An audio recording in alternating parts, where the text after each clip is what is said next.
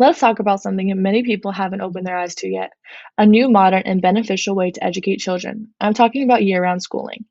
Year round education would make for a more balanced and inclusive way of learning for all students while also creating equal opportunity for minority students and economically disadvantaged students. Year round education also aids in remembering what has been taught in the curriculum in previous years.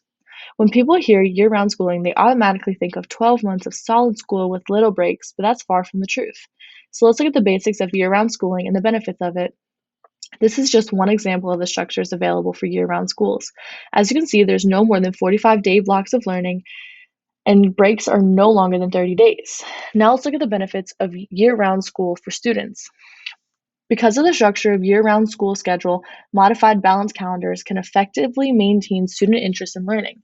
Periods of teacher and student interaction in the classroom, followed by scheduled vacations, is a balanced way of learning. It minimizes burnout in students because they can see the next break coming just around the corner. Students who are learning a second language are more immersed in learning and with more minimal breaks in learning.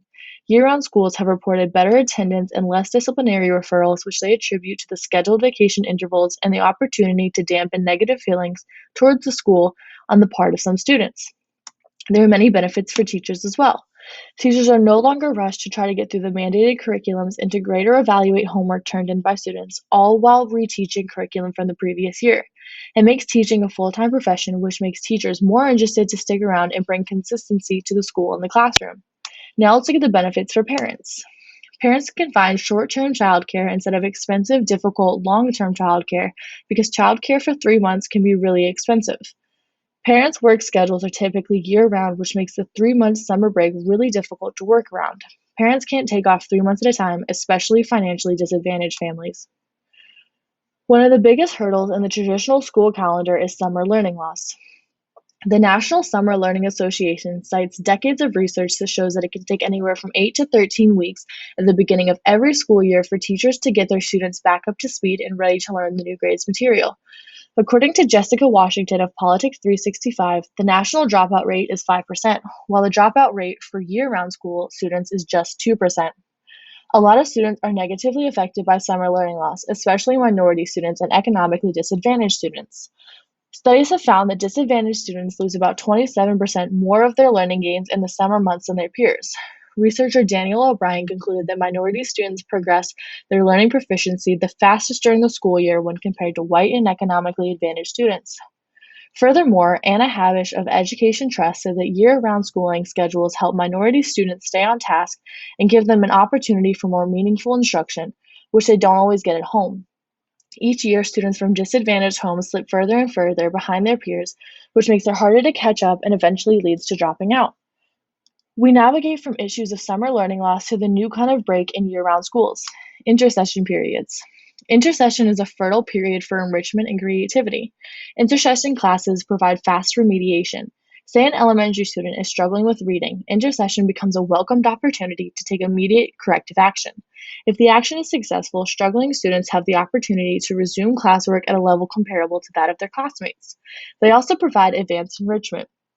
Year-round schools have developed 1 to 3 week classes in the arts, sciences, computers, and independent study units, as well as the standard basic subjects where students can choose to advance their knowledge and interests. Second language learners or students whose first language is not English benefit from intersession periods as a way to immerse themselves in the language and propel them in the new language. Let's now take a look at what the traditional school calendar looks like. There is a huge learning chunk of 70 days where students and teachers burn out and are less successful. The 60-day break is double that of a year-round schedule, and there is no balance to the break days and school days. Now let's look at the other disadvantages of the traditional school calendar. The traditional school calendar is not primarily a learning calendar now, nor was it designed to be. Rather, it's created for children to provide helping hands on the farm and ranches, which is an extremely outdated need. Some traditional school calendar supporters offer summer school as an option, but is not well connected to the school's ongoing curriculum and lacks sufficient focus to be much of remedial help.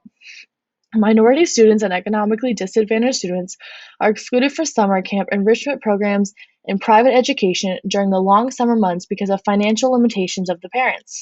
Even the National Education Commission on Time and Learning states that there is an unacknowledged design flaw in school time schedules that can be corrected with provisions of time options for learning.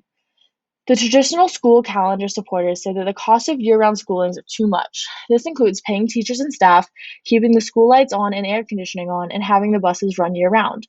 But what they don't mention is that the year-round school system students are in school the same amount of days per year, 180. Although the cost may increase slightly, we must look at what is best for all students and their success. It's time that we want the success of all students, not just white and economically advantaged students. These are the sources that have helped me in my research and argument.